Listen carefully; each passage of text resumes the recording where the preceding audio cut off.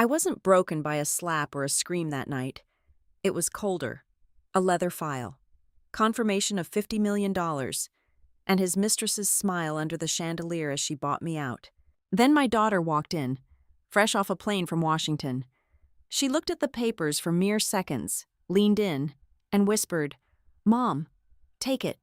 They thought she was telling me to surrender. It was the first shot fired. My name is Haley Boyd, and I am 44 years old. Tonight was supposed to be a triumph. The crystal chandeliers of the grand ballroom in downtown Dallas cast a fractured, brilliant light over 300 of the city's most influential power brokers. We were gathered for a fundraising gala, ostensibly, but every person in the room knew the real reason for the free-flowing champagne. We were celebrating 15 years since Ironcrest Civic Systems went private. More importantly, it was the eve of the announcement of the largest merger of Cole Mercer's life. Cole Mercer, my husband of 20 years, my business partner, the man whose empire I had built with my own bare hands, sweat, and credit score. I stepped into the grand hall wearing a deep emerald gown, expecting to take my usual place near the center of the room. I was the founding wife. I was the woman who sat on the floor of our cramped first apartment, organizing the very first municipal bid files while Cole paced the worn carpet. But the moment my heels clicked against the polished marble floor, the atmosphere shifted. It was a subtle change, a sudden drop in the ambient temperature of the room. Eyes darted toward me, then quickly away. The hushed whispers rippled through the crowd like a cold breeze. I could feel it in my bones. I had been written out of the narrative. I scanned the room and found the reason why. On the secondary stage, elevated just enough to command attention without seeming desperate, stood Sloane Whitaker. She was not hiding in the shadows. She was not acting like the secret mistress of a powerful CEO. She was holding court, dressed in a sleek, minimalist white gown that screamed new money and ruthless ambition. She stood surrounded by Ironcrest's lead media consultants and a pack of hungry venture capitalists. She laughed at a joke made by a junior partner, her posture radiating absolute ownership. She looked exactly like the future hostess of the Ironcrest empire. A sickening realization washed over me. This was not a gala. It was a coronation, and it was my funeral. The string quartet shifted into a lively, upbeat tempo. Waiters moved through the crowd with trays of sparkling wine. The clinking of crystal echoed as people began to raise their glasses for the evening's main toast. I stood frozen near a pillar, clutching my evening bag, when the sea of custom-tailored suits and designer dresses parted. Sloane Whitaker was walking directly toward me. The ambient noise of the ballroom seemed to dial down to a muted hum. The guests closest to us subtly shifted their weight, creating a wide circle, a makeshift arena for a slaughter they all knew was coming. Sloane stopped 2 feet in front of me, up close. Her youth was a weapon, her confidence an armor I had paid for. She did not offer a polite greeting. She did not lower her voice. With a smooth, practiced motion, Sloane brought her hand forward and placed a thick, leather-bound folder onto the cocktail table beside me. The gold-embossed seal of Cole's primary corporate law firm gleamed under the overhead lights. "Sign it, Haley," Sloane said, her voice carrying the crisp, authoritative tone of an executive giving an order to a subordinate.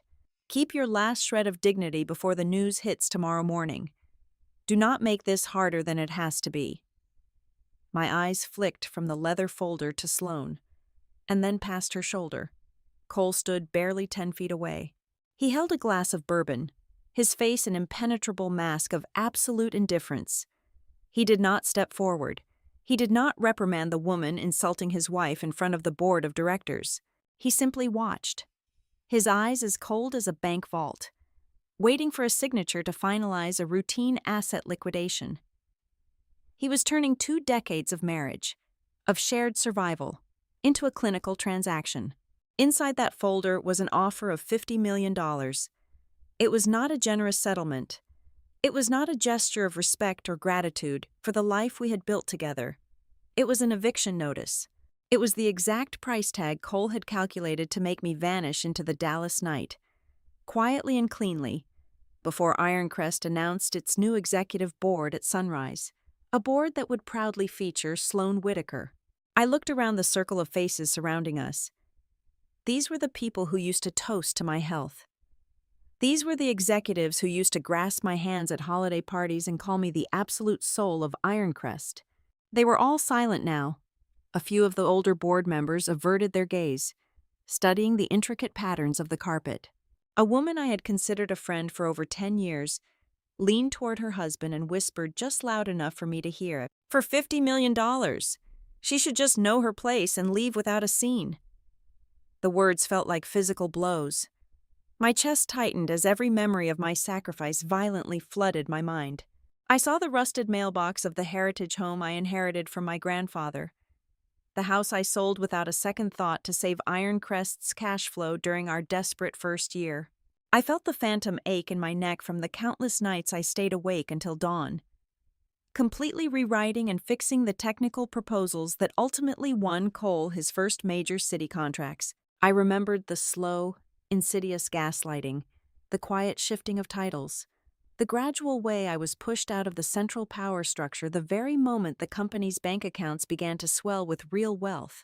I had watered the roots of this empire with my own blood, and now they were offering me a severance package to walk away from the harvest. My hands trembled, not from fear, but from a rage so pure and concentrated it threatened to blind me. I opened my mouth to speak, to tear Sloane down, to scream at Cole until the crystal glasses shattered. But before I could draw the breath to unleash 20 years of fury, the heavy mahogany doors at the far end of the ballroom burst open. The loud thud echoed like a gunshot over the quiet strings of the quartet. Heads snapped around. Even Sloane flinched, her perfectly rehearsed smirk faltering for a fraction of a second.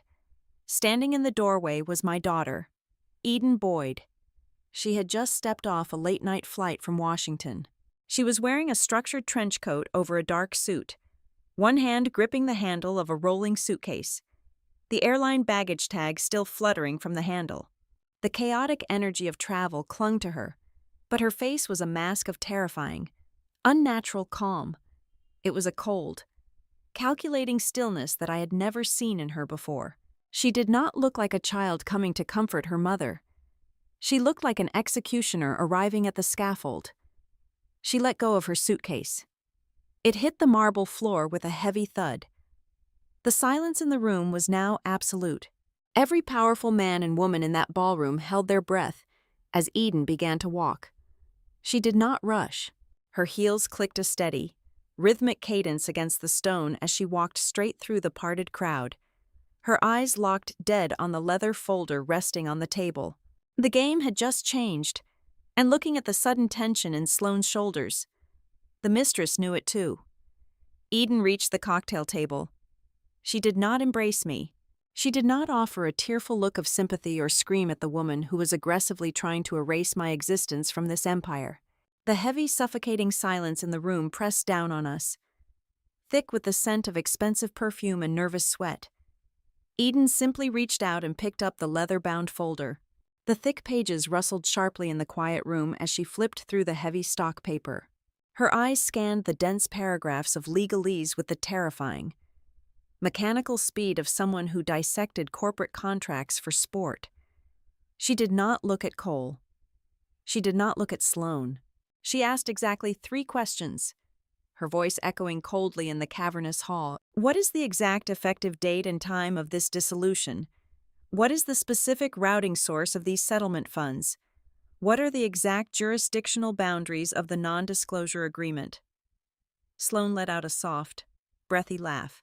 It was the condescending sound of a victor watching the opposition's cavalry arrive, only to watch them immediately hand over their swords. She leaned slightly toward Cole, a victorious smirk playing on her lips, clearly assuming my daughter had flown halfway across the country simply to inject some much-needed financial realism into her emotional, defeated mother. Cole, however, bristled. His jaw tightened defensively. He looked down his nose at Eden, adopting the patronizing, authoritative tone he reserved for hostile board meetings and difficult contractors.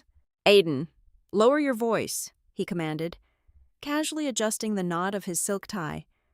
"Do not make this situation more embarrassing for your mother than it already is. This is business. Be practical." Eden ignored his reprimand completely. She turned her gaze to me. Her eyes were dark, unreadable, and completely devoid of the suffocating panic I felt tearing through my own chest. She held the heavy contract out toward me, the gold-embossed seal catching the light of the chandeliers. "Mom, take it," she said. The words hit me harder than the divorce papers had. A collective, theatrical gasp rippled through the front row of onlookers. I stared at my own flesh and blood, my mind struggling to process the sudden, sharp sting of betrayal. Was she really telling me to give up? To take the payoff and disappear into the shadows like a dutiful, discarded wife? But before the shock could fully paralyze my lungs, Eden turned her immediate attention to the nervous corporate lawyer hovering just behind Cole's right shoulder. The man instinctively reached out his hand to take the folder back, but Eden slammed her palm flat over the signature line, blocking him with sudden, physical force. "However," Eden stated, her voice dropping an octave, ringing with an absolute, undeniable authority, "if she signs this tonight, the terms change right now. The $50 million will be executed via a direct wire transfer before midnight. Not a cashier's check, not an escrow hold, not a deferred payment plan spread over the next 5 years. I want the confirmation routing number generated, processed, and verified by the Central Clearinghouse tonight." The lawyer blinked rapidly, his mouth opening and closing in surprise. "That is highly irregular for a settlement of this massive size completely outside of standard banking hours," he stammered, looking to Cole for backup. "Then make the call and wake up your private banker." Eden fired back without missing a single beat. "Furthermore, Section 4 of the non-disclosure agreement is entirely unacceptable. You will strike out any and all language that prevents my mother from fully cooperating with federal or state investigative agencies in the event of future financial disputes, audits, or regulatory inquiries regarding Ironcrest civic systems." The atmosphere in the room shifted violently. The soft murmurs of pity instantly morphed into a sharp, calculated silence. The venture capitalists, the hedge fund managers, and the senior partners standing in the crowd suddenly stood a little straighter. They recognized the aggressive, surgical language of a hostile negotiation. They realized Eden was not acting out of a desperate, emotional need for cash. She was meticulously stripping away the opposition's leverage. She was demanding clean, untethered, fully traceable funds with a permanent banking footprint that could never be clawed back or denied in a courtroom. And most importantly, she was violently refusing to let me be gagged by a blanket immunity clause.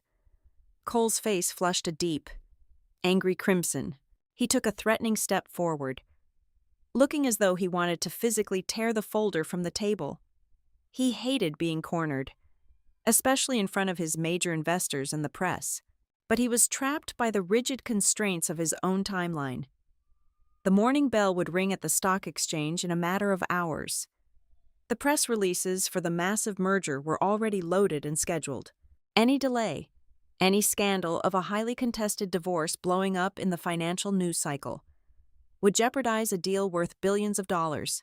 Sloane placed a manicured hand firmly on Cole's arm, her perfectly painted nails pressing sharply into the dark fabric of his suit jacket. She leaned in, whispering fiercely into his ear. She was impatient. She wanted the ring. She wanted the undisputed title. She wanted me entirely erased from the corporate narrative as his wife before the sun came up, regardless of the immediate financial cost. "Fine," Cole spat out, his voice thick with suppressed venom. He snapped his fingers at his sweating lawyer. "Make the amendments. Authorize the wire. Just get her signature and get them both out of my sight before the main course is served." The lawyer pulled a heavy gold pen from his inner pocket. His hands were shaking slightly as he hastily crossed out the specified confidentiality clauses and initialed the margins to validate the changes. He handed the pen to me, refusing to meet my eyes. I looked at Eden. She gave me a single, imperceptible nod of encouragement. My heart pounded against my ribs like a trapped bird. In a complete daze, caught somewhere between agonizing heartbreak and the strange, cold clarity radiating from my daughter. I took the heavy pen. I pressed the dark ink to the thick paper and signed away my 20-year marriage. I signed away my legal claim to the company I had bled to build. The whispers flared up again immediately, louder this time. I could hear the sharp, unforgiving judgments of the women in designer gowns and the men in bespoke suits. They thought I had just sold the entire remainder of my life and my dignity for a quick, massive payout. They firmly believed I had surrendered to the Mistress. 7 agonizing minutes later, the heavy silence of the standoff was broken by the sharp, crisp chime of my cell phone resting in my evening bag. I pulled it out and looked down at the glowing screen. It was an automated, high-priority alert from my private wealth management bank. A wire transfer of $50 million had successfully cleared through the Federal Reserve System and settled in my primary account. Sloane let out a loud, triumphant sigh, her lips curling into a wide, victorious smile. She looked at me not as a defeated rival, but as a discarded piece of obsolete machinery that had finally been swept out the loading dock doors. Cole did not even offer a parting glance of regret or 20 years of shared history. He simply buttoned his suit jacket, looking at the lawyer to confirm he had the modified documents safely secured in his briefcase. "You have exactly until tomorrow morning to have your personal belongings removed from the penthouse," Cole said, his tone as casual and hollow as if he were dismissing a temporary maid. "Leave the entry keys with the lobby concierge." Eden took my arm. Her grip was incredibly firm, grounding me to the cold marble floor when I felt like I might float away into nothingness, without speaking a single word to Cole or Sloane. She turned and guided me toward the grand exit doors. The crowd parted for us once more, their eyes tracking our retreat with a toxic mixture of pity and arrogant contempt. We walked out of the blazing, suffocating light of the ballroom and into the cool, damp Dallas night air. The valet rushed to bring my car around to the front drive. We climbed into the heavy, soundproofed interior of the luxury sedan. The heavy doors closed with a solid, echoing thud, instantly cutting off the noise of the gala, the chaotic valet stand, and the sprawling city itself. I slumped back against the soft leather seat, the massive surge of adrenaline finally crashing out of my system, leaving me exhausted. I felt entirely hollowed out. A wealthy ghost sitting next to a massive bank account. I turned to look at my daughter, the desperate question burning like acid in my throat. Why had she made me do it? Why had she made me take his insulting, humiliating payoff in front of everyone I knew? Before I could force the words out, Eden turned to face me. The sterile, passing streetlights illuminated the sharp, beautiful angles of her face. The unnatural calm had not left her eyes. If anything, it had crystallized into something terrifyingly sharp and deadly. She spoke in a low, perfectly controlled voice that chilled me to the bone. "I did not tell you to take the money because we need it. I told you to take it because tonight he just signed for the biggest debt of his life." The city lights blurred past the tinted windows of the luxury sedan. The heavy silence of the back seat was broken only by the soft hum of the engine and the sudden, crisp click of a metal latch. Beside me, Eden had placed her structured leather tote on her lap and pulled out a sleek silver laptop. The screen flared to life, casting a harsh, bluish glow over her sharp features. "I have been compiling this for 6 months," Eden stated, her fingers flying rapidly across the trackpad. She opened a heavily encrypted master directory. Hundreds of scanned documents, internal corporate emails, and state registry logs cascaded across the screen. My eyes strained to process the sheer volume of data she had managed to siphon. "Look at these," she instructed, tapping a fingernail against a specific folder labeled with federal bidding codes. I leaned in. The header on the first document made my breath catch in my throat. It was the official trademarked logo of Boyd Civic Risk. Long before Ironcrest became a corporate behemoth. Long before the luxury penthouses and the aggressive private equity backing. I had founded my own firm, Boyd Civic Risk was a specialized consulting agency focused entirely on municipal compliance, heavy construction safety protocols, and the rigorous pre-qualification standards required for government bids. Ironcrest had not won those early. Massive federal and state contracts simply because Cole knew how to pour concrete or lay structural steel. They won them because my firm provided the flawless safety certifications, the independent risk monitoring systems, and the unassailable third-party oversight that government auditors strictly demanded. During the years when our marriage still functioned as a genuine partnership, I had executed annual licensing agreements. These documents formally allowed Ironcrest to list Boyd Civic Risk as their independent compliance guarantor. It was a symbiotic, highly profitable relationship. But I was never a fool. Even as my husband's ego swelled and he began systematically boxing me out of the daily operations of his expanding empire, I had fiercely protected my own intellectual property. I never transferred ownership. My professional signature, my state-issued safety licenses, and the unilateral right of termination always remained exclusively under my name. "He thinks he bought your permanent silence," Eden said, her eyes never leaving the illuminated screen. "But he forgot what you actually own." She pulled up a side-by-side comparison of 3 recent, massive infrastructure proposals that Ironcrest had submitted to the State Transport Authority just weeks ago. I squinted at the bottom of the final pages. There, resting neatly on the guarantor line, was my exact signature. My stomach plummeted. A cold sweat broke out across my shoulder blades. "I did not sign these," I whispered, the reality of what I was looking at hitting me like a physical blow. "I have not authorized a new compliance schedule for them in over 18 months. "I know," Eden replied softly, though her voice lacked any surprise. "Cole directed the proposal team to continue using your high-resolution scanned signature from the archived files. He has been stamping your personal guarantee on high-risk municipal projects without your knowledge, let alone your legal consent." The implications were utterly staggering. The line between an authorized corporate proxy and outright federal forgery was incredibly thin, and my husband had just aggressively bulldozed right through it.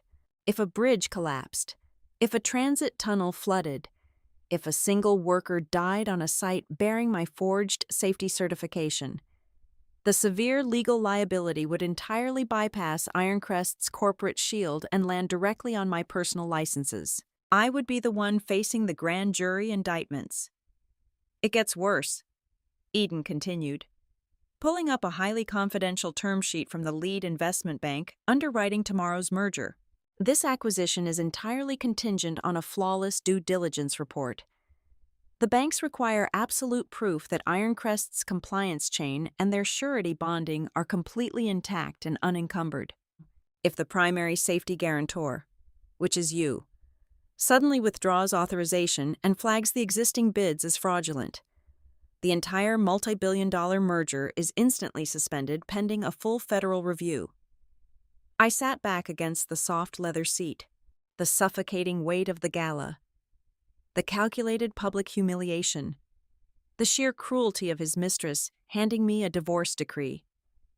It all began to aggressively recontextualize itself. Cole had not been acting out of a position of dominant strength tonight. He had been acting out of a desperate, blind panic.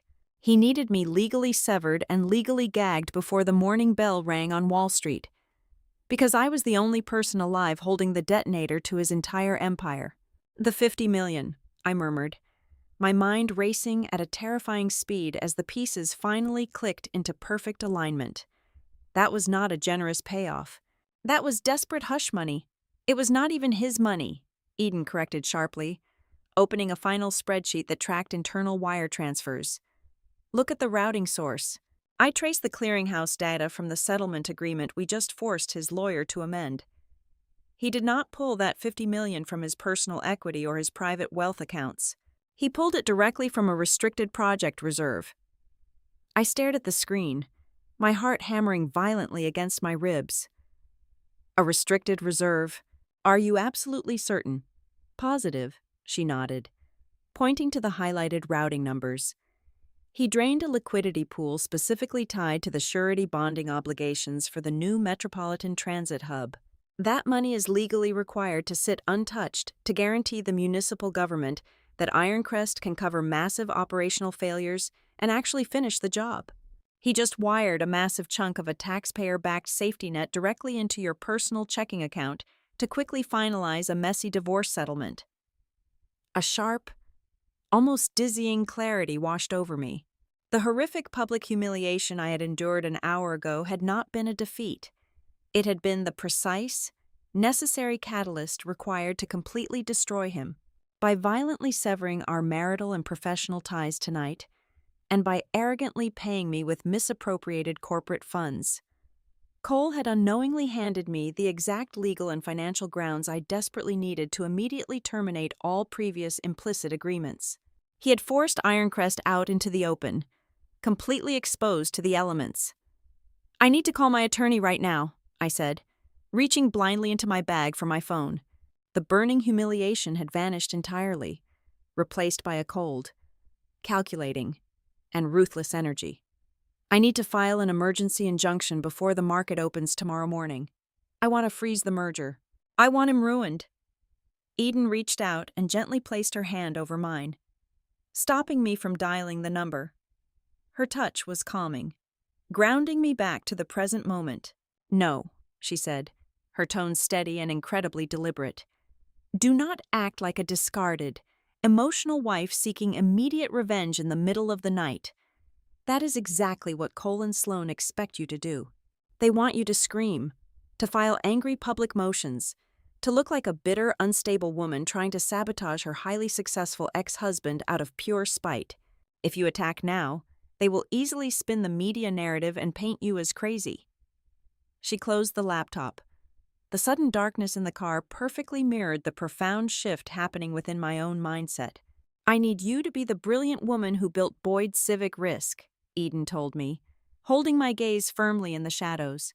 "I need you to act like the only person in this entire disaster who still understands absolute liability, complex mathematics, and the unforgiving letter of the law. We do not just break the merger, we open the ledger. We let his own towering arrogance and his own dangerously sloppy accounting do all the talking for us. You are not going to destroy him with anger, Mom. You are going to destroy him with a forensic audit." I looked at my daughter. The young woman who had just coldly negotiated a $50 million wire transfer in a room full of corporate sharks was now calmly handing me the exact blueprint to dismantle a titan. I took a deep, steadying breath. The suffocating grief of the evening was completely gone. In its place was something much colder, much sharper, and infinitely more dangerous. The sun crept over the horizon, painting the morning sky in shades of bruised purple and dull gray. I had spent the entire night sitting in a high-backed armchair in the corner of a sterile hotel room Eden had booked for us under a corporate alias. I had not slept a single minute. I had not shed a single tear. The initial, suffocating shock that had paralyzed my lungs at the gala had entirely evaporated, leaving behind a cold, sweeping expanse of absolute clarity. I did not collapse into a pile of self-pity. Instead, my mind began to methodically reverse-engineer the massive corporate behemoth I had helped create. I traced the foundation lines.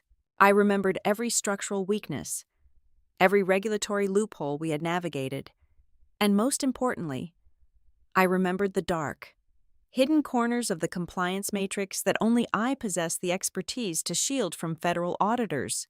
By 8 o'clock in the morning, Eden and I had transformed the hotel suite dining table into a tactical command center. We needed a strike team, but it had to be extremely small and entirely disconnected from Dallas's tightly intertwined legal and financial circles. Over the next 6 hours, we retained exactly 3 people. We hired a ruthless commercial litigation attorney based out of Chicago, a seasoned financial investigator who used to audit municipal bond funds for the state comptroller, and a former project surety specialist who understood the granular mechanics of government construction liability better than anyone else alive. With the team quietly assembling, I needed to provide them with the raw materials. Cole believed he possessed absolute control because he controlled the company servers. He fundamentally misunderstood how I operated. I left the hotel and drove to an anonymous, climate-controlled storage facility on the outskirts of the city. Deep inside a reinforced steel unit sat 4 heavy fireproof filing cabinets. I had never trusted cloud storage with the absolute lifeblood of our liability protection. I hauled heavy banker boxes back to the hotel. We cracked them open, the sharp scent of aged paper filling the room. Inside were the hard copies. I possessed the original surety letters, the outdated risk addendums with handwritten margin notes, direct correspondences with our primary lending institutions, and a terrifyingly thick stack of internal management memos that my husband had explicitly instructed me to immediately shred. As the afternoon wore on, our newly hired team began cross-referencing my physical archives against the digital breadcrumbs Eden had extracted. The resulting picture was far worse than the isolated forged bids we had discovered in the car. We uncovered dozens of major infrastructure contracts executed within the last 2 years. Every single one of them prominently featured Boyd's civic risk in the mandatory independent oversight sections. They cited safety protocols I had supposedly reviewed. They listed compliance thresholds I had supposedly verified. I stared at the paperwork, a wave of profound nausea washing over me. I had not set foot on a single one of those job sites in 24 months. I had not reviewed a single load-bearing stress test or environmental impact study for those specific municipal bids. Yet, there was my professional credential, acting as the golden ticket that allowed Ironcrest to secure billions of dollars in public funding. The realization hit me with the force of a freight train. I had not merely been betrayed in the context of a romantic partnership. I had been systematically transformed into a living, breathing legal shield for a corporate apparatus that I completely lacked the power to control. If a single structural failure occurred, the prosecution would not look at the executive board first. They would look at the independent guarantor on file. They would look at me. The urge to immediately march into the district attorney's office and drop the boxes on their front desk was nearly overwhelming. I wanted to burn his life to the ground right then and there. But Eden caught my eye across the table. She shook her head slowly, her expression as hard as carved stone. "Hold your fire, Mom," she instructed, her voice steady and commanding. "If you react right now, you are just playing the exact role they have written for you. If you go public today, their crisis management team will flood the financial press. They will paint you as a hysterical, jealous ex-wife who is desperately trying to destroy a brilliantly successful company simply because she was replaced by a younger woman. We cannot afford a public relations war based on emotion. We need to construct an unbroken, ironclad chain of documentary evidence. When you finally strike, there can be absolutely no room for interpretation." She was entirely correct. Anger was a useless currency in this arena. I needed witnesses. I utilized a secure encrypted messaging application to discreetly reach out to 2 former senior employees who had quietly departed Ironcrest over the past 12 months. They had signed standard non-disparagement agreements upon their exit. But I was banking on their residual loyalty to the founding culture of the company. We arranged separate, highly confidential meetings at unremarkable coffee shops in neighboring suburban towns. Both individuals looked exhausted, carrying the heavy burden of professional compromise. The first, a former procurement director, confirmed my darkest suspicions regarding the internal operational shifts.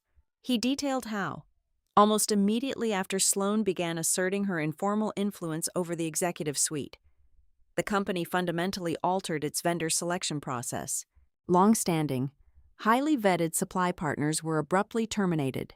In their place, Ironcrest began aggressively funneling massive equipment orders and safety consulting contracts toward a network of obscure, newly formed limited liability companies that charged exorbitant premiums. The second meeting yielded an even more explosive revelation. I sat across from a veteran project manager who had overseen the foundational groundwork for a major rapid transit expansion. He kept his voice to an anxious whisper, constantly checking the door. He confessed that several critical site safety reports had been retroactively altered after his team had submitted them to the central office. "We flagged critical ground instability issues," the project manager explained, his hands trembling slightly as he clutched a paper coffee cup. "We requested a full operational pause to conduct deeper geological surveys." The next day, the report was scrubbed from the shared drive. A new version appeared, authorizing immediate excavation. When I confronted the executive vice president of operations, he shut his office door and told me to drop it completely.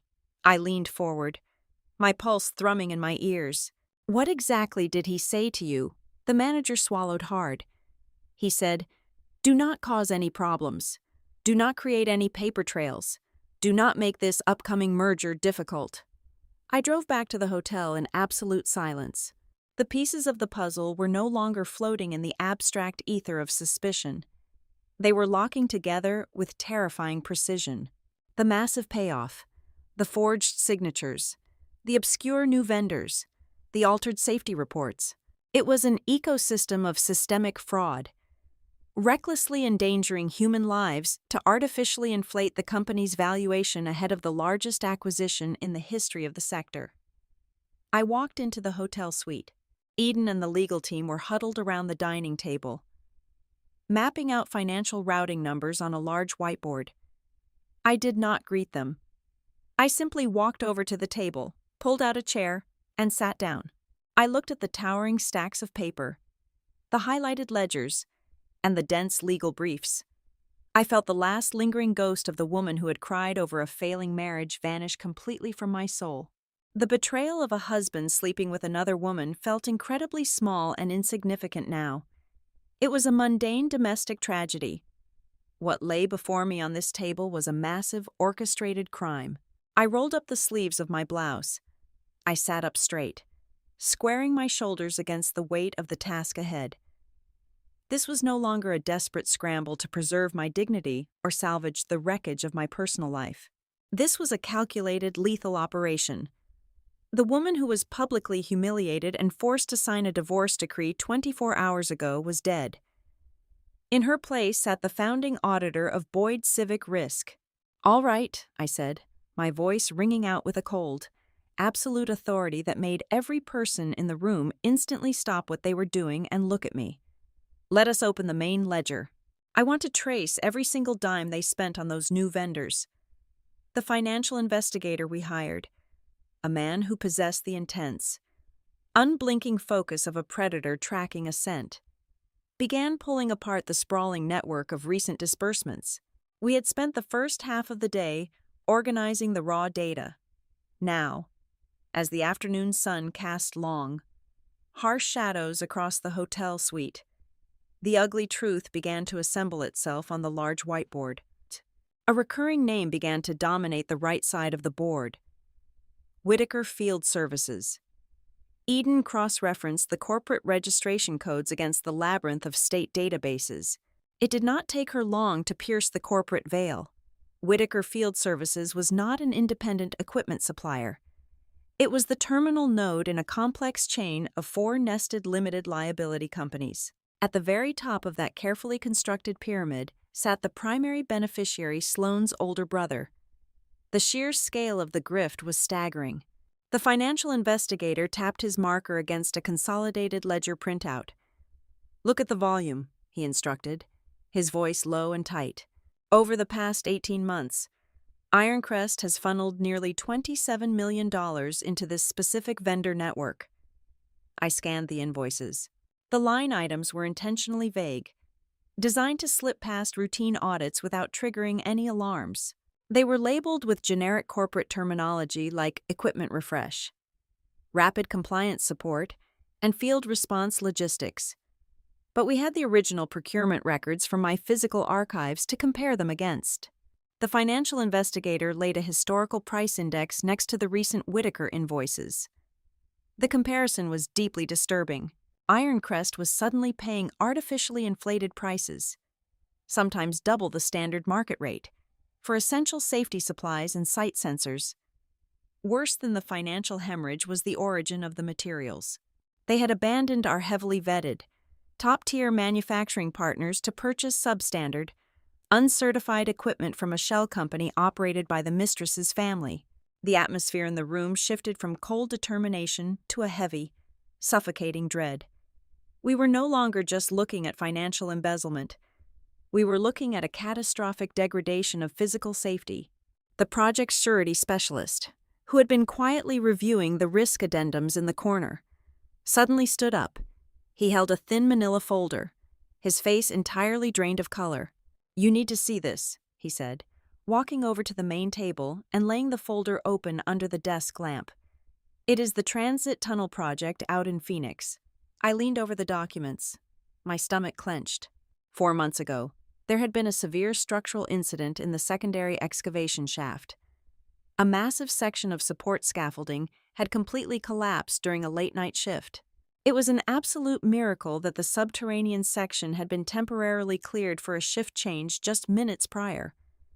No one was killed, but the project specialist pointed to the preliminary internal incident report, a document drafted by the on-site engineering foreman within hours of the collapse. The foreman had explicitly noted that the early warning vibration sensors, the critical devices designed to detect microscopic shifts in the bedrock before a catastrophic failure, had completely failed to trigger. The report traced the faulty sensors back to a recent shipment. The supplier was Whitaker Field Services. "Keep reading," the specialist urged. Flipping to the final, officially filed version of the incident report that had been submitted to the Regional Oversight Board and the primary insurance carriers. The narrative had been completely rewritten. The mention of the faulty vibration sensors had been entirely scrubbed from the record. Instead, the final conclusion squarely blamed the collapse on a gross violation of loading protocols by the union workers. They had blamed the men on the ground to protect the corrupt vendor. And there, stamped at the very bottom of the falsified official report, was the guarantee of independent safety verification. It bore the trademarked logo of Boyd Civic Risk. A bone-deep chill washed over me, freezing the blood in my veins. My hands gripped the edge of the table so hard my knuckles turned white. If that scaffolding had collapsed 20 minutes earlier, a dozen men would have been crushed to death under thousands of tons of rock and steel. The Federal Safety Administration would have immediately launched a criminal negligence investigation. They would have followed the paper trail directly to the compliance guarantor.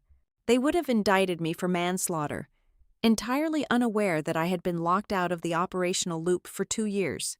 My husband had casually strapped a ticking bomb to my chest and walked away, all to line the pockets of his mistress's family. Eden turned her laptop screen toward the group. She had managed to decrypt a series of highly confidential email threads routed through a private server Cole used for unrecorded communications. "Sloan is not just the reason he wanted a divorce," Eden stated, her voice devoid of any emotion, delivering the facts with lethal precision. "She is the primary architect of this entire supply chain." Cole used her as the direct conduit to integrate the Whitaker family interests into the Ironcrest vendor ecosystem.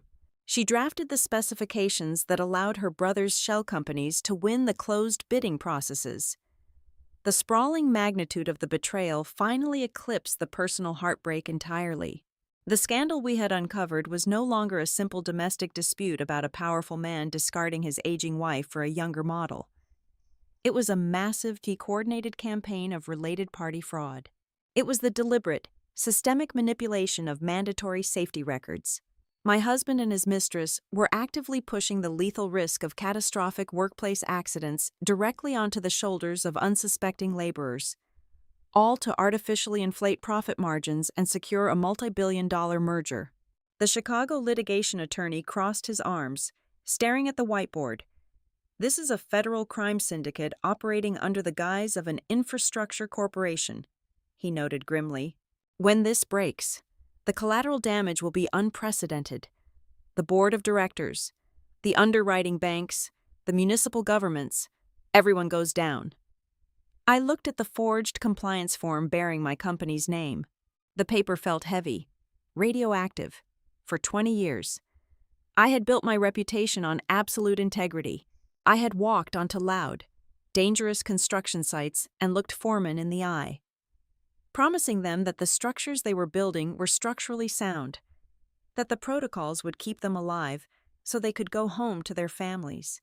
Cole had taken that sacred trust and turned it into a slush fund.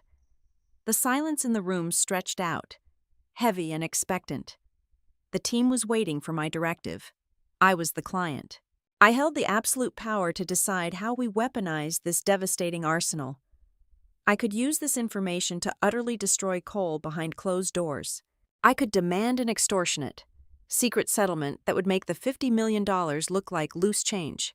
I could force him to hand over total control of the company, quietly rewrite the vendor contracts, and bury the Phoenix incident forever to protect the lucrative merger. But as I stared at the falsified safety report, the path forward crystallized with absolute certainty. The time for backroom negotiations and quiet corporate maneuvering was completely over.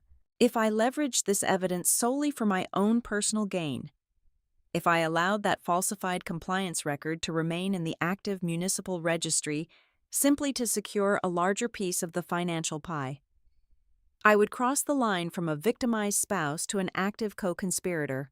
I would become directly complicit in the exact same systemic rot that had turned the company I loved into a massive, deadly liability. I stood up from the table. The exhaustion of the past 2 days vanished, replaced by an unbreakable, terrifying resolve. "We are not negotiating," I announced, my voice cutting through the quiet room like a blade.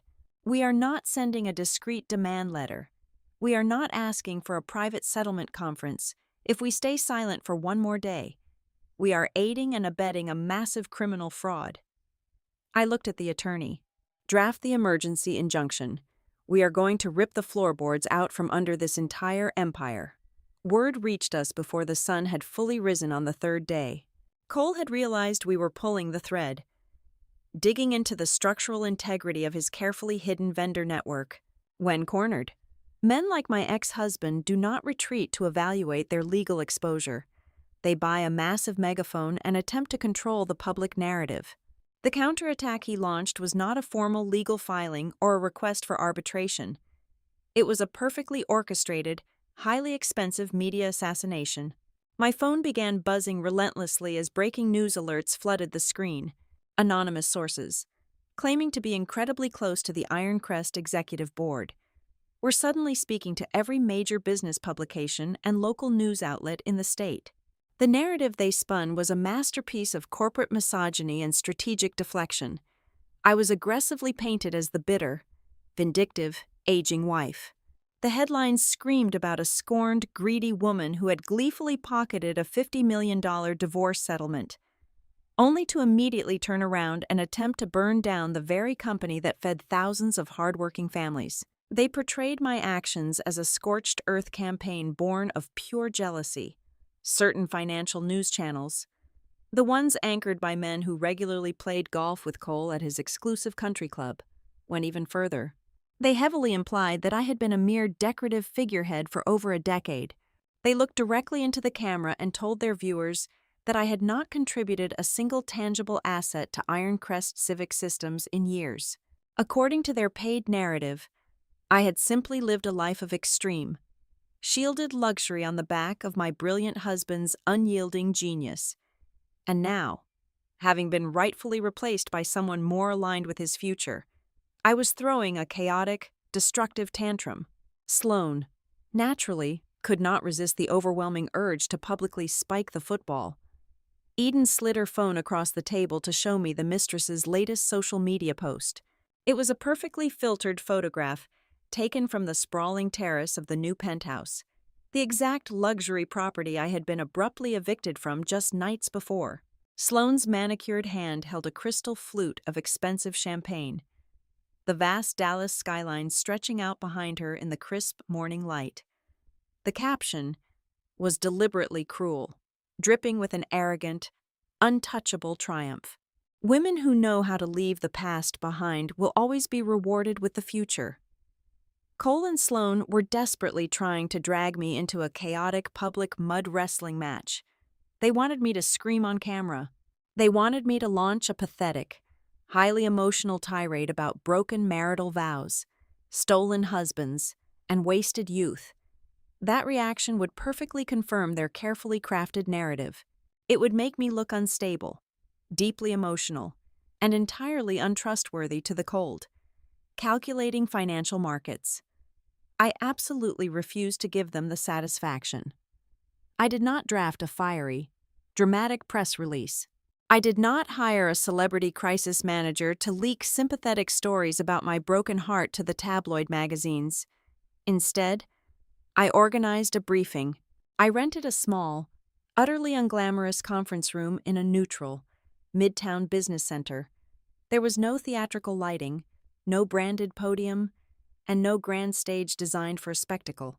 There was just a long, polished oak table, a simple pitcher of ice water, and 3 neatly organized manila folders containing the absolute minimum amount of indisputable, verified proof. We invited exactly 5 people.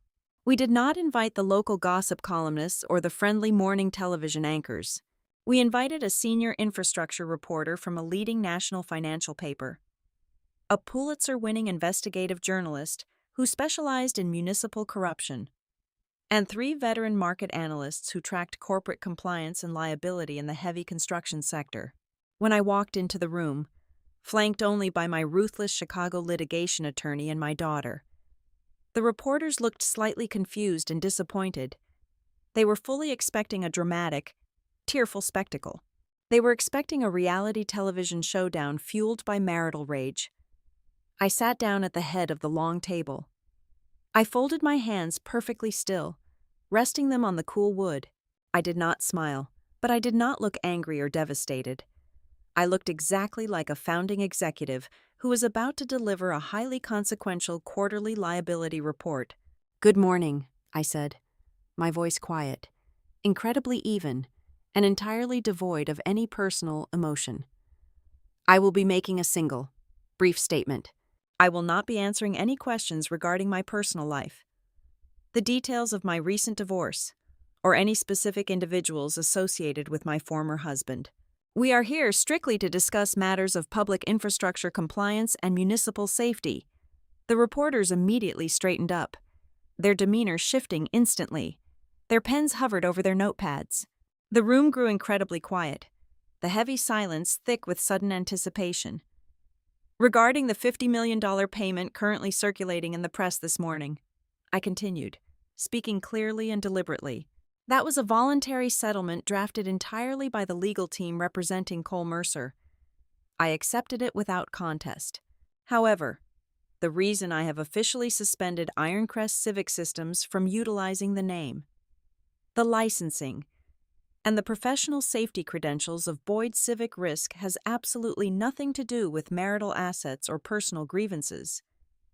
I opened the first heavy folder and slid precise, meticulously redacted copies of the documents down the center of the table. "I have enacted this immediate suspension because my team has discovered clear, documented evidence of unauthorized signature usage and severe, systemic misrepresentation within the recent compliance and safety filings submitted by Ironcrest to state and federal agencies." The investigative journalist picked up the copy of the forged municipal bid, his eyes widening dramatically as he quickly scanned the signature line and the timestamp dates. He looked up at me, realizing instantly that this was not a domestic dispute. This was a massive corporate liability crisis unfolding in real time. I did not list the romantic betrayals. I did not utter Sloane's name or complain about the penthouse. I did not shed a single tear for my broken family. I looked directly into the camera lens of the single financial news network we had allowed inside the room. "You may review the provided timelines at your own discretion," I stated, delivering the final, lethal blow with absolute, terrifying calm. "But let me be absolutely clear to the financial markets, the investing public, and the municipal oversight boards. No merger is worth more than human lives on a construction site." The impact was instantaneous and devastating. It was a localized earthquake that originated in that tiny, sterile conference room and violently fractured the foundation of Cole's carefully constructed empire. I had bypassed the personal gossip entirely and struck a surgical blow directly at the central nervous system of the corporate beast. Within 2 hours of the press briefing concluding, the primary surety bond provider for Ironcrest's largest municipal projects sent a severe, legally binding demand letter directly to the executive board.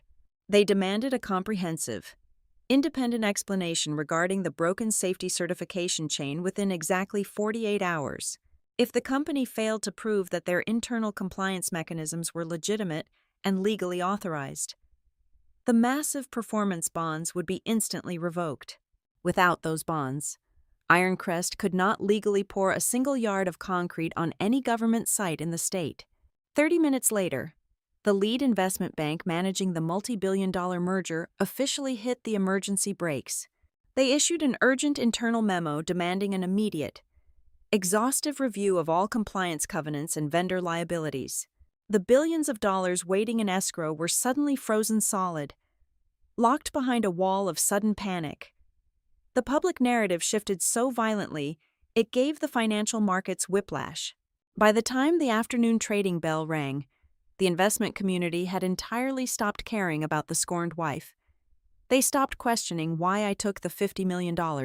Instead, the most ruthless, cold-blooded institutional investors on Wall Street were suddenly swarming Cole Mercer, aggressively demanding to know if his entire infrastructure company was currently operating using independent compliance assets that he did not legally own.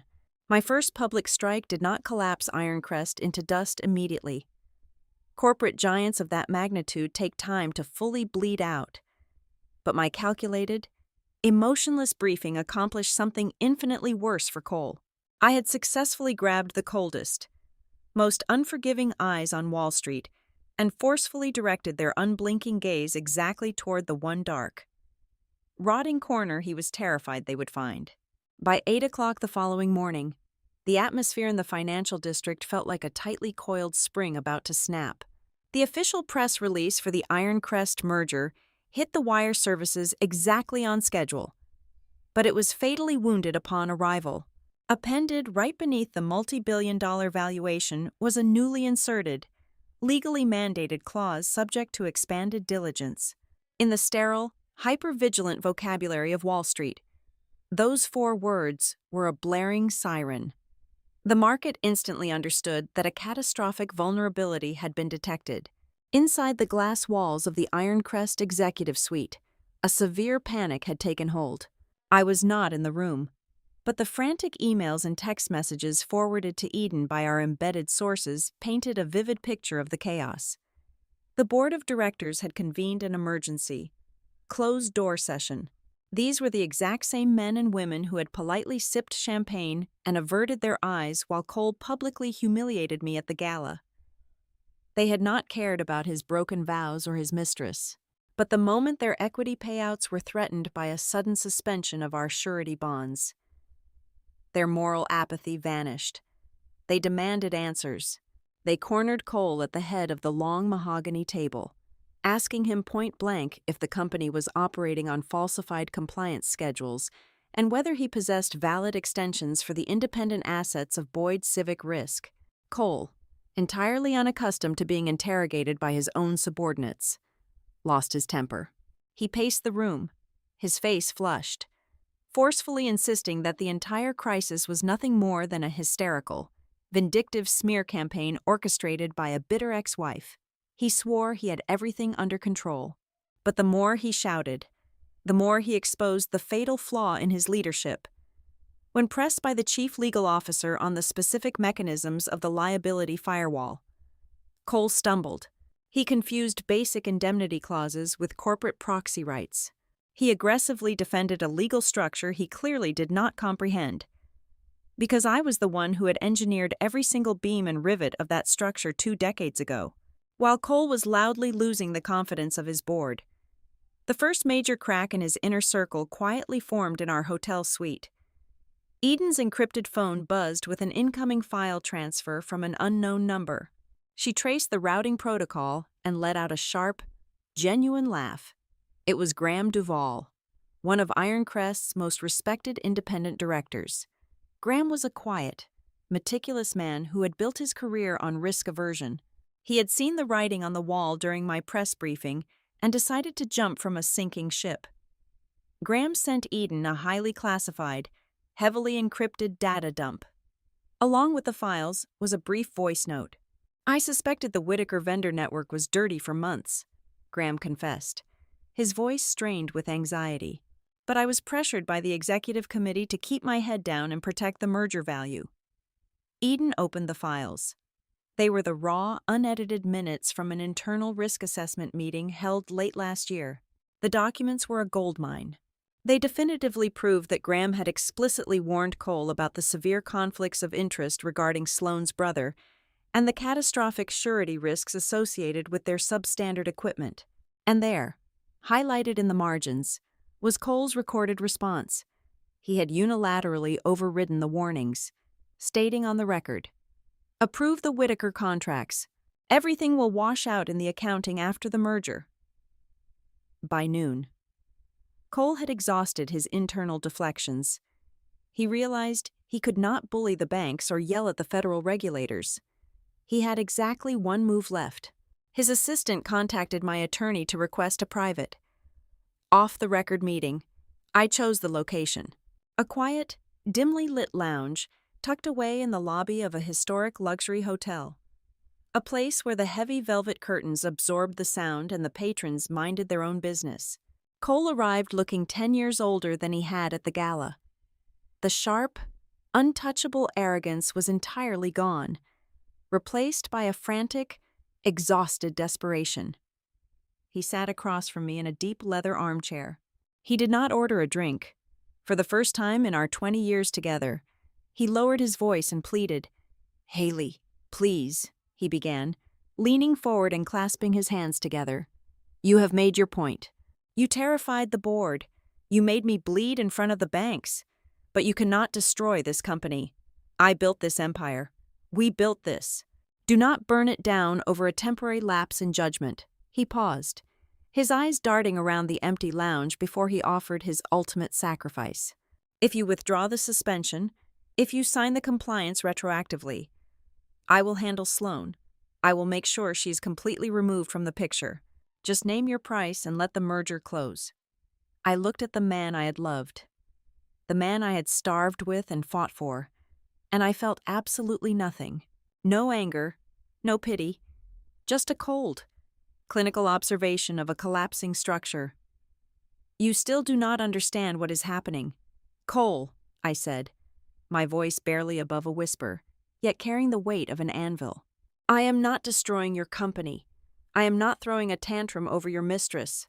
You built an empire on a fault line, and I am simply refusing to let you use my honor, my signature, and my legal liability as your personal automated teller machine anymore. I am closing the account." His face drained of whatever color remained. He finally understood that I was not negotiating for a better position. I was executing a demolition. But the most beautiful, poetic justice of the afternoon did not happen in that lounge. It was unfolding simultaneously across town, inside the gleaming walls of Sloane's newly acquired penthouse. According to the internal communications Eden was now actively monitoring, Sloane had spent the morning frantically calling Cole's primary wealth manager. The press reports of my massive overnight settlement had triggered a terrifying realization in the mistress's mind. She demanded to see the updated liquidity sheets for the restricted corporate accounts. When the wealth manager finally relented and sent her the secured ledger, Sloane's world fractured. Cole had promised her a massive equity bridge. It was a structured payout designed to legitimize her position and secure her financial independence the moment the merger finalized. But when Sloane looked at the account balances, the exact fund earmarked for her future had been completely decimated. The $50 million wired to me in the dead of night to buy my immediate silence had blown a massive, unrecoverable hole directly through her promised payday. In a single, blinding moment of clarity, Sloane realized the truth. She was not the triumphant new queen of the Ironcrest Empire. She was not the beloved partner he was protecting. She was just another expendable asset. Cole had eagerly sacrificed her entire financial future without a second thought just to purchase a temporary ceasefire from his wife. The battle lines were now entirely shattered. The board of directors was terrified of federal prison. The institutional investors were violently pulling back their capital due to the unquantifiable risk. And Sloane Whitaker, the woman who had smirked at me while handing over divorce papers, finally understood that she had traded her youth for a man who would gladly feed her to the wolves to save himself. The heavy oak doors of the commercial litigation courtroom swung shut, sealing us inside a chamber that smelled of old wood polish and impending ruin. Cole had filed an emergency injunction at the break of dawn. He was entirely out of options, so he resorted to the only tactic he had left aggressive: baseless legal bullying. He was attempting to secure a court order that would forcefully compel Boyd Civic Risk to maintain all compliance support until his massive corporate merger was safely finalized. Cole sat at the plaintiff's table, flanked by 3 highly expensive, impeccably dressed litigators. He looked exhausted but defiant. His lead counsel stood up and immediately launched into a theatrical, impassioned argument designed to paint me as a reckless saboteur. The lawyer argued that because I had indirectly benefited from the marriage and the opulent lifestyle funded by Ironcrest, the intellectual property and safety certifications I generated should be legally viewed as marital assets inherently tied to the company's operational obligations. They demanded the judge force me to continue providing a protective legal shield during their so-called transitional phase. I sat completely still at the defense table. I did not glare at Cole. I did not shake my head in disgust at the brazen lies being spun by his attorney. I simply watched Eden. My daughter sat next to our Chicago litigator. She was not operating on emotion. She was operating on a strictly enforced diet of hard data and irrefutable documentation. When Cole's lawyer finally finished his dramatic plea, our attorney stood up. He did not raise his voice. He simply reached over and unclasped the first of 3 thick binders Eden had meticulously assembled the night before. "Your Honor," our attorney began, his voice dry and clinical. "The plaintiff is attempting to conflate the dissolution of a romantic partnership with the hostile seizure of an independent corporate entity. We are not here to divide a summer home or a stock portfolio. We are here to discuss the legal ownership of Boyd Civic Risk." He handed the first piece of evidence to the bailiff, who passed it up to the bench. It was the original Articles of Incorporation. Boyd Civic Risk is a fully independent, limited liability company registered solely under my client's name. Our attorney continued. It is not a subsidiary of Ironcrest. It has never been a subsidiary. Next, Eden slid the stack of annual renewal letters across the table. These are the licensing agreements the plaintiff relied upon for the past decade, the attorney stated, pointing to the highlighted sections. Every single contract explicitly required my client's physical signature for an annual renewal. Furthermore, Section 7 of every single agreement contains a unilateral termination at will clause. My client had the absolute legal right to revoke authorization at any time, for any reason. Cole's lead counsel immediately jumped up, objecting loudly. He argued that my role as a founding wife inherently made me an executive officer of Ironcrest, therefore binding me to a fiduciary duty to protect the company's pending merger. That was the exact moment Cole realized he had just walked blindly into a trap he had set for himself a decade ago.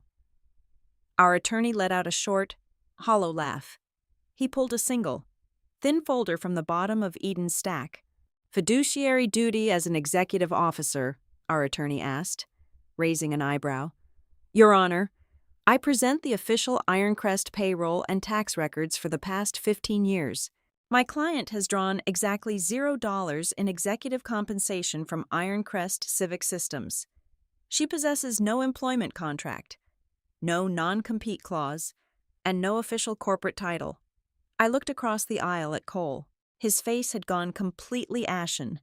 Years ago, when Ironcrest first began attracting serious private equity money, Cole had been utterly terrified of sharing the spotlight and the formal power.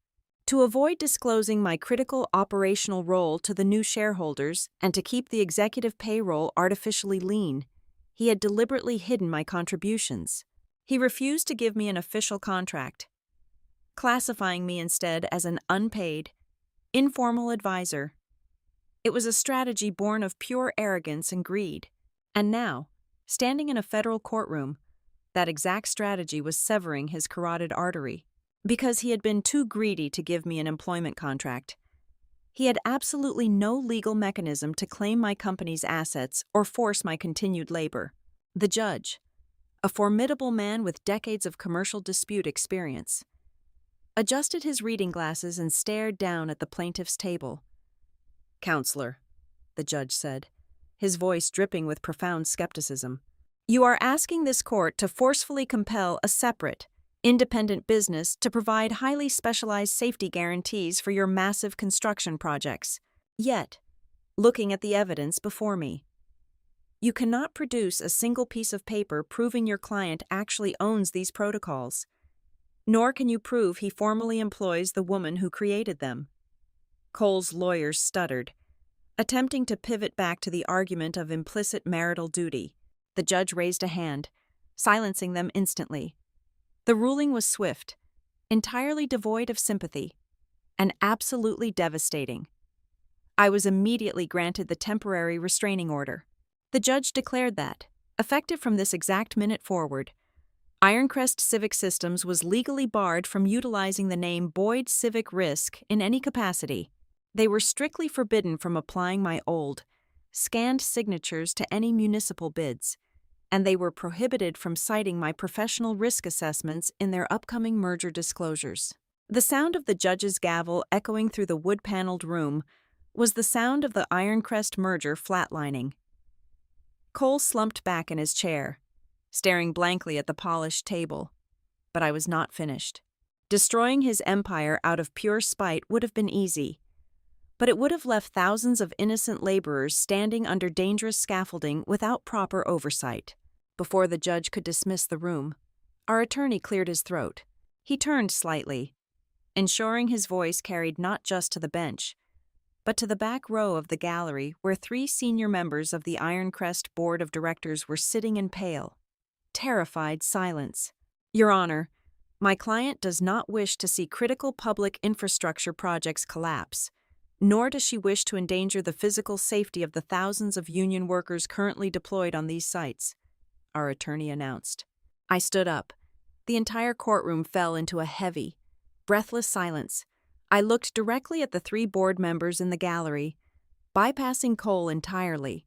"I am prepared to offer a highly conditional, 90-day transition plan," I stated clearly. "I will personally oversee the ongoing safety audits and maintain the compliance firewall to protect the workers and the municipal contracts." The board members leaned forward, a desperate flicker of hope igniting in their eyes. "However," I continued, my voice hardening into steel, "this offer is contingent upon 3 immediate actions. First, the Ironcrest Board of Directors must formally and permanently remove Cole Mercer from his position as Chief Executive Officer. Second, the board must immediately self-report the related party vendor fraud to federal regulators.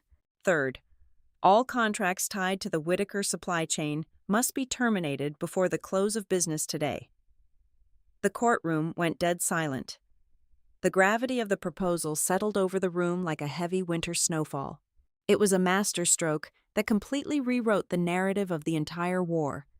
By offering a lifeline, I proved definitively that I was not a chaotic, vengeful woman trying to burn a company to the ground in a fit of jealous rage. I was the only rational actor left in the room, offering the board their only viable escape route from federal prison and corporate liquidation. The 3 board members did not speak, but the subtle, urgent glances they exchanged spoke volumes. They were already doing the math. They were already voting him out in their heads. I had just handed them the knife, and they were more than willing to use it to save themselves. Cole slowly turned his head to look at me across the center aisle. His eyes were completely hollowed out. The terrified realization washing over his face was beautiful in its absolute devastation. For the past 3 days, he had desperately convinced himself that I was driven by a blinding, toxic hatred for him and his new mistress. Hatred was an emotion he understood. Hatred was something he could fight, manipulate, and eventually exhaust. But as he stared at me, He realized there was no hatred left in my eyes. What he saw was an unshakable, terrifying sense of duty. He realized that the most dangerous weapon I possessed was not my anger. It was the undeniable fact that I had managed to keep my morality completely intact, while he had entirely lost his. And that very morality was the exact blade currently carving him out of his own legacy. A wounded animal does not simply surrender when the trap closes. It thrashes. It bites. It destroys everything within its reach trying to break free. In the 72 hours following the emergency injunction, Cole ceased operating like a chief executive officer trying to save a multi-billion-dollar merger. He began operating like a cornered fugitive desperately trying to stay out of a federal penitentiary. The frantic whispers from our sources inside the Ironcrest Tower painted a terrifying picture. Cole had abandoned the boardroom and locked himself inside his private office. He was executing a scorched earth protocol. He bypassed the official information technology department and hired an external, off-the-books data scrubbing firm to quietly wipe the secondary internal servers. He started making desperate, late-night phone calls to project managers on active sites, heavily implying that they needed to retroactively adjust the timestamps on their safety compliance logs to match his newly fabricated narrative. He was no longer trying to protect the company. He was meticulously arranging the lifeboats, and he had explicitly decided who was going to take the fall. Sloane Whitaker was many things, but she was not completely oblivious to the scent of a burning bridge. The moment her brother's vendor contracts were abruptly suspended by the board, she recognized the sudden, icy shift in Cole's demeanor. He stopped returning her calls. He locked her out of the shared corporate accounts. Sensing the impending betrayal, Sloane quietly engaged her own independent criminal defense attorney. According to the digital footprints Eden was actively monitoring, the Mistress had begun frantically exporting thousands of gigabytes of encrypted emails, text threads, and voice notes to a private offshore cloud drive. She was frantically building her own arsenal of blackmail to save her own skin, though she still hesitated to pull the trigger, desperately clinging to the delusional hope that Cole might still pull them both out of the wreckage. But while the two of them were busy turning on each other in the dark, Eden and I were quietly fortifying the absolute truth. We were gathered around the hotel suite dining table at 2 o'clock in the morning when Eden suddenly stopped typing. The frantic clicking of her keyboard ceased, replaced by a heavy, suffocating silence. She stared at her laptop screen, her face entirely drained of color. "Look at this," Eden whispered, turning the screen toward the center of the table. The financial investigator and the litigation attorney leaned in. It was an internal requisition order for a massive municipal transit expansion, a critical contract extension worth several $100 million. I scanned the document, my eyes drawn immediately to the bottom right corner. There it was, my digital signature, brightly authorizing the safety compliance schedule. "Look at the timestamp," Eden instructed, her voice trembling slightly with suppressed rage. I checked the date and time of the server submission. My heart stopped. It was stamped at 1 o'clock in the morning, exactly 2 hours after I had signed the divorce settlement at the gala. The implications hit the room like a physical shockwave. During the marriage, Cole's unauthorized use of my credentials existed in a dangerous, murky legal gray area of spousal proxy and implicit consent.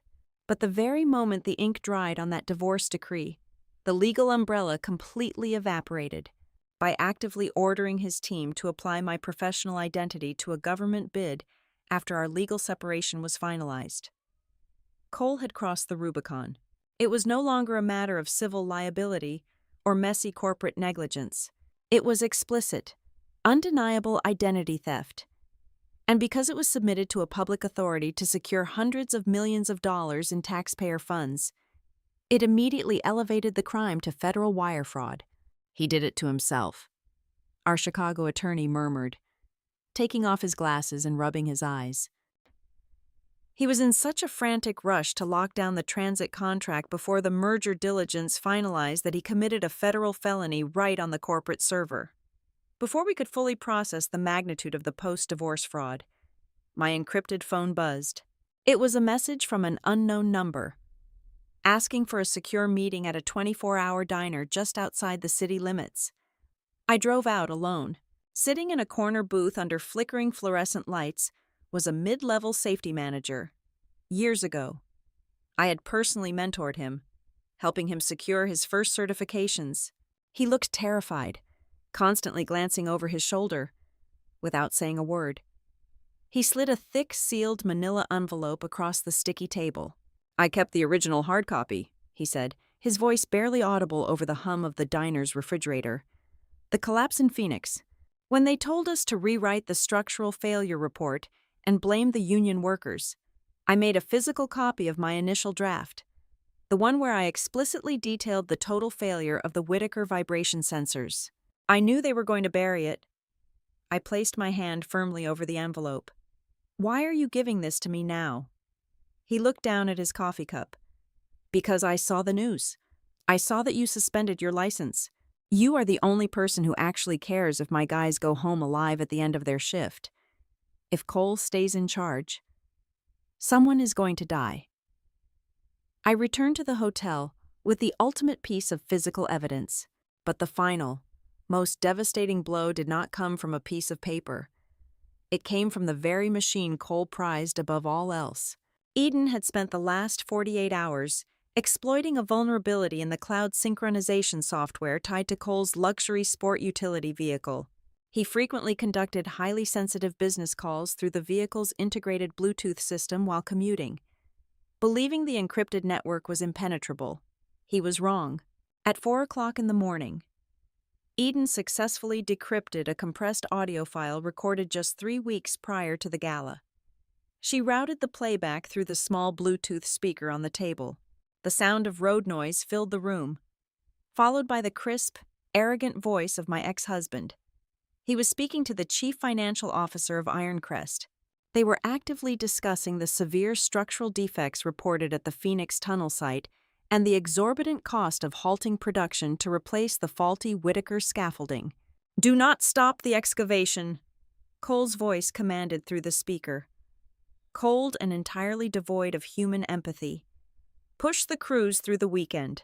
We cannot afford to trigger the municipal penalty clauses before the merger closes. The delay penalty is the only thing that actually kills the company." "What about the structural integrity warnings?" the chief financial officer asked nervously. "If that secondary wall caves in while a crew is down there, we are looking at massive casualties." Cole did not hesitate. His response was chilling. The recording played his words for the entire room to hear. "Let them dig. A few injury claims. The insurance handles that. A default on the municipal timeline destroys the acquisition." The audio file clicked off. The heavy, suffocating darkness of the hotel room pressed in on us.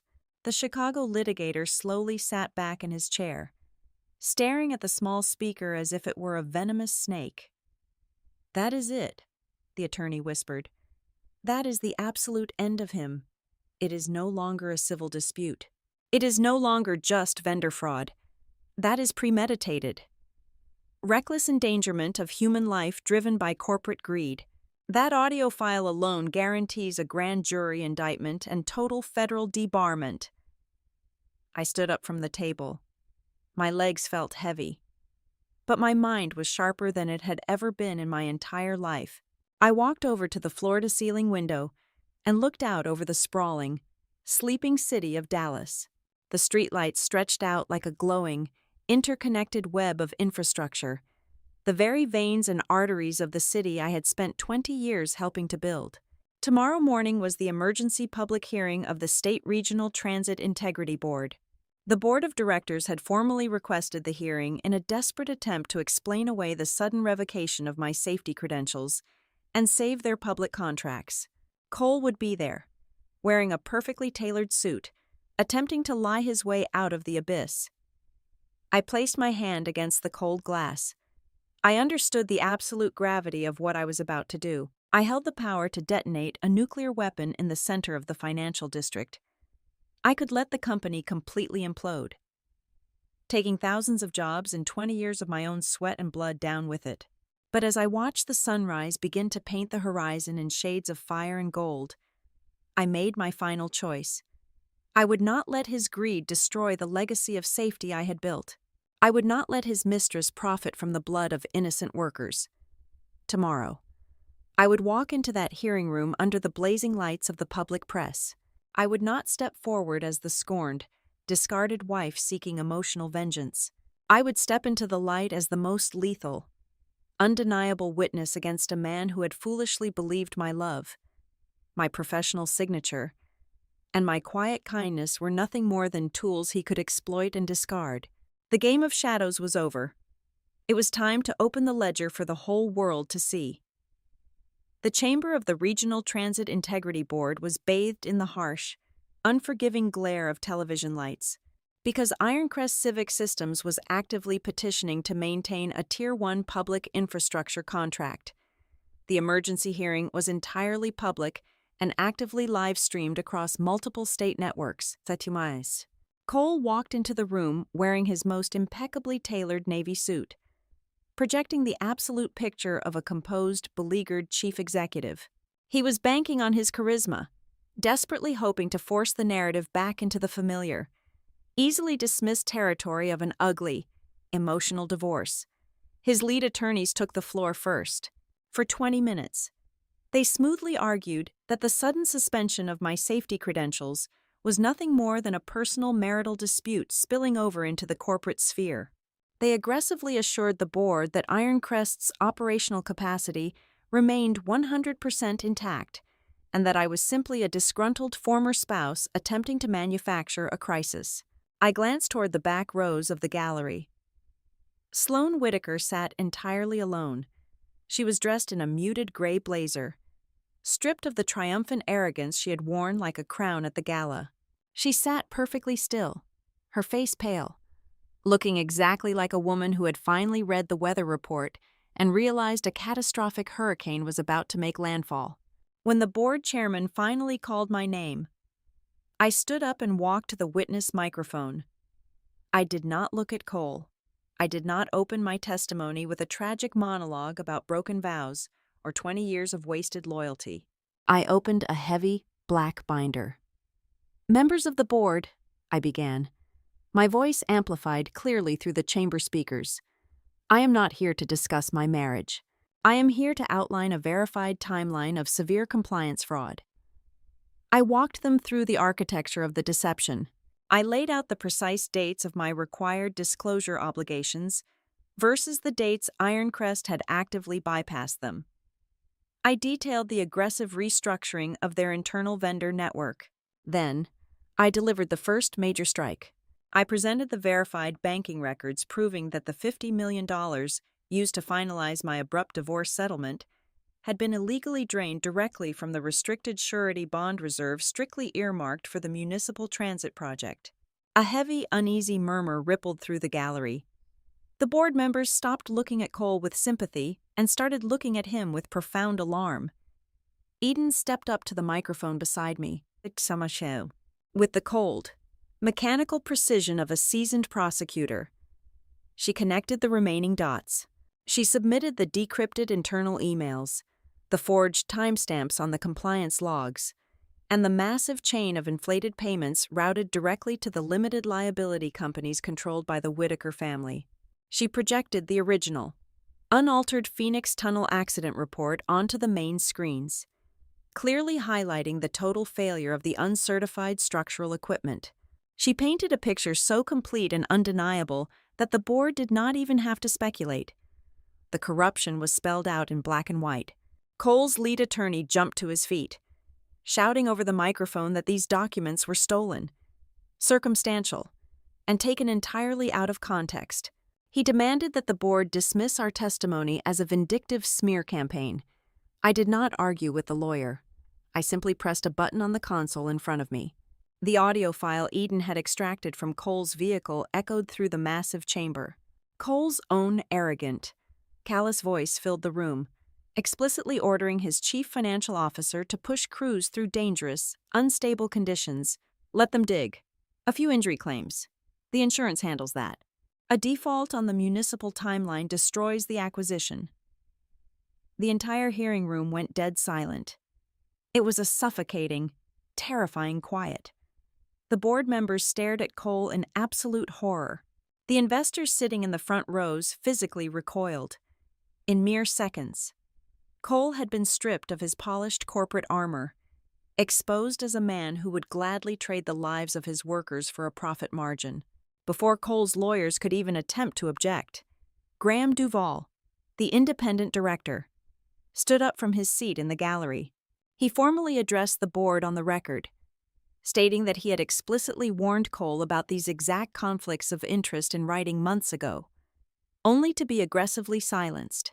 Immediately following Graham, our witness from the Safety Management Division stepped forward, officially confirming that I had been completely locked out of the operational loop for 2 years while my name was continuously used as a fraudulent legal shield.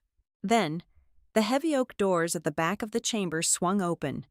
4 agents from the Federal Bureau of Investigation, accompanied by the state prosecutor, walked directly down the center aisle. They carried official federal warrants. They approached the board chairman and formally requested that all Ironcrest project files, internal servers, and bidding applications be immediately sealed and seized as evidence in an active criminal investigation. Complete chaos erupted. Cole lost whatever fragmented control he had left. He scrambled backward, pointing a shaking finger toward the back of the room. He screamed that he knew nothing about the altered safety reports, wildly blaming Sloan, claiming she had manipulated the vendor files behind his back. Sloan leaped to her feet, her own panic boiling over into pure rage. She shouted back across the crowded room, screaming that Cole was a liar, that he had personally ordered the Phoenix cover-up, and that he had explicitly demanded the continued forgery of my professional credentials. They tore each other apart under the blazing television lights, entirely destroying any remaining shred of their defense. The board chairman slammed his gavel down, demanding order. It was over. The board immediately voted to suspend Ironcrest Civic Systems from every single pending municipal bid in the state. Within minutes, the lead banking representatives in the room initiated emergency phone calls, officially triggering the material breach clauses that would permanently collapse the merger and instantly freeze all corporate assets. As the hearing formally adjourned, Cole Mercer was not allowed to walk out of the building on his own. He was flanked by federal agents and led away in handcuffs, facing an avalanche of charges, including public records fraud, wire fraud, and severe obstruction of justice. In the aftermath of the collapse, I did not take my marriage back, nor did I ever attempt to return to the executive suite of Ironcrest. That entity was poisoned. Instead, I took the $50 million he had so arrogantly wired to me and established a massive transition and severance fund for the thousands of innocent union workers and low-level employees who lost their jobs in the fallout. Then, I rebooted Boyd's Civic Risk. I did not rebuild it as a silent partner to a mega corporation. I built it into a fiercely independent, uncompromising oversight firm. I hired back the honest project managers, the diligent safety inspectors, and the people who actually cared if a structure stood tall or fell down. 3 months later, I stood on the rooftop terrace of our new, modest headquarters. The Dallas skyline stretched out before me, bathed in the warm, golden light of the setting sun. The city was still building, still growing, but this time, I was watching over it on my own terms. Eden walked out onto the terrace, handing me a cup of hot coffee. The sharp-guarded tension she had carried since the night of the gala had finally melted away. I looked at my daughter, the brilliant young woman who had calmly navigated us through the darkest storm of our lives. "Eden," I asked softly, watching the sun dip below the glass towers.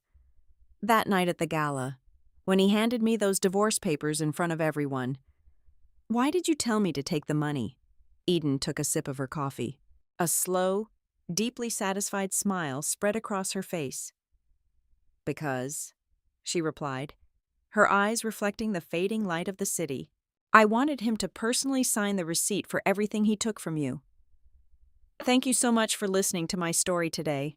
I would absolutely love to know where you are listening from, So please drop a comment below so we can connect and share our thoughts on everything that happened. If you enjoyed this journey, please subscribe to the Olivia Revenge Stories channel. Leave a like on the video and support the channel by hitting the hype button so that this story can reach and be heard by many more people around the world.